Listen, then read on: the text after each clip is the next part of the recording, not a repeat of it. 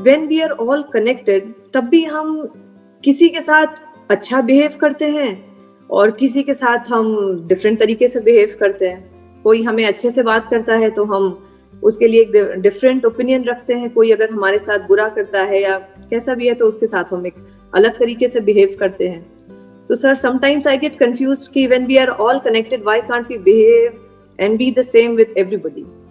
देखिए, दो अलग अलग चीज़ें हैं। एक है एक रियलिटी, वो क्या है, चाहे आप साइंटिफिक पॉइंट ऑफ व्यू से देखिए चाहे स्पिरिचुअल पॉइंट ऑफ व्यू से देखिए, we are all connected, we are all one, उसमें कोई डाउट है ही नहीं। जैसे साइंटिफिकली क्या बोलते हैं, we are all made up of that same energy, right. जो हमारे मटेरियल्स हैं वो सब सेम है, जिन मटेरियल्स के हम बने हैं, हमारी बॉडीज बनी है, that is a fact which can't be questioned. एक है बिहेवियर जिसकी आप बात कर रहे हो। बिहेवियर में इट इज इम्प्लाइड कि कोई दूसरा है, तो वहां पर क्या आ जाता है, वहां पे एक ट्रांजैक्शन आ जाती है। कोई बोलता नहीं है, but every relationship is a transaction of give and take. ये हर रिलेशनशिप के कुछ अनसेड रूल्स होते हैं। Even the relationship of a husband and wife, कि अगर कोई एक पर्सन है जो बदले में सामने वाले से एक्सपेक्ट बहुत कुछ करे, लेकिन जब करने की बारी आए तो पीछे हट जाए, तो कहने के लिए तो वो हस्बैंड वाइफ है, लेकिन वो रिलेशन ज्यादा टाइम तक चल नहीं पाएगा ना। तो what I am saying is कि ये हमको सेंसिबली समझना होगा कि इस दुनिया में जो भी हमारा बिहेवियर होता है, that is influenced by this give and take equation, that's more of a transaction. जैसे एक बिजनेस की ट्रांजैक्शन होती है कि अगर मैंने आपको 100 रुपए दिया तो मैं बदले में एक्सपेक्ट कर रहा हूं कि मेरे को 100 रुपए की वैल्यू की कोई प्रोडक्ट या सर्विस मिली, तो दैट इज अ ट्रांजैक्शन। ऐसे ही एक ट्रांजैक्शन होती है फ्रेंड्स के बीच में, रिलेटिव्स के बीच में, सबके बीच में। और फ्रेंड्स का मतलब ये नहीं है कि फ्रेंड्स मैंने बोल दिया तो उसकी कोई सब कैटेगरीज नहीं है। फ्रेंड्स भी अलग अलग तरह के होते हैं।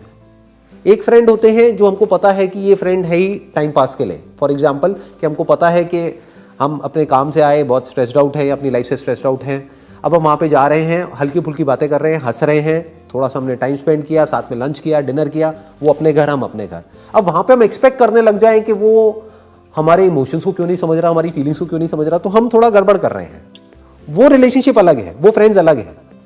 वो ज्यादातर स्कूल कॉलेज में बन जाते हैं। जो स्कूल कॉलेज की जो फ्रेंडशिप्स होती हैं, वहां पर एक इमोशनल एक अलग ही बॉन्ड होता है, क्योंकि हम साथ में ग्रो कर रहे होते हैं।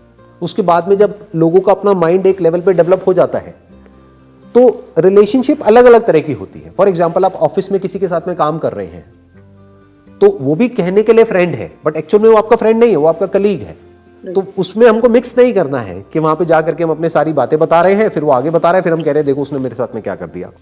अरे वो एक अलग रिलेशनशिप है। तो वी हैव टू अंडरस्टैंड कि वो जो रिलेशनशिप है, जो भी रिलेशनशिप हमारी जिसके भी साथ में है, उसके क्या रूल्स हैं, वो सामने वाले को क्लियर नहीं भी है तो हमारे माइंड में क्लियर होने चाहिए। तो कभी भी हमारा कॉन्फ्लिक्ट नहीं होगा किसी भी रिलेशनशिप में। Very clear. तो कहने का मतलब है कि बिहेवियर हमारा अलग अलग होना चाहिए। Fundamentally we are all one. मैं और किसी जंगल में कोई मानो सांप है जहरीला, या कोई बहुत ही प्यारा सा कोई बर्ड है, मान लो कोई ग्रीन कलर का एक पैरेट है बड़ा ही प्यारा सा, या कोई पपी है छोटा सा, कहने के लिए हम चारों एक हैं, उसमें कोई डाउट नहीं है। We are all made up of nature. लेकिन मैं कोबरा के साथ उस तरह से बिहेव नहीं करूंगा जिस तरह से मैं उस पपी के साथ में बिहेव करूंगा। राइट। तो ये हमको देखना पड़ेगा कि बिहेवियर कहां पर कैसा रखना है। लोग भी कुछ कोबरा की तरह होते हैं, तो इसलिए मैंने इशारे में बात कही है, मैंने क्लियर नहीं बोली है ना। कुछ होते हैं जहरीले होते हैं, तो उनसे थोड़ा उसी तरह से बिहेव करना पड़ेगा। अब आप कहोगे नहीं वी आर वन, तो वो तो उसका तो काम ही वही है, मतलब वो तो प्रॉब्लम क्रिएट करेगा ही आपके लिए। उसका नेचर बेसिकली सामने वाले के नेचर के हिसाब से हमें अपने आपको राइट। हाँ, देखना पड़ेगा कि वो जो रिलेशनशिप है उसकी क्या इक्वेशन है।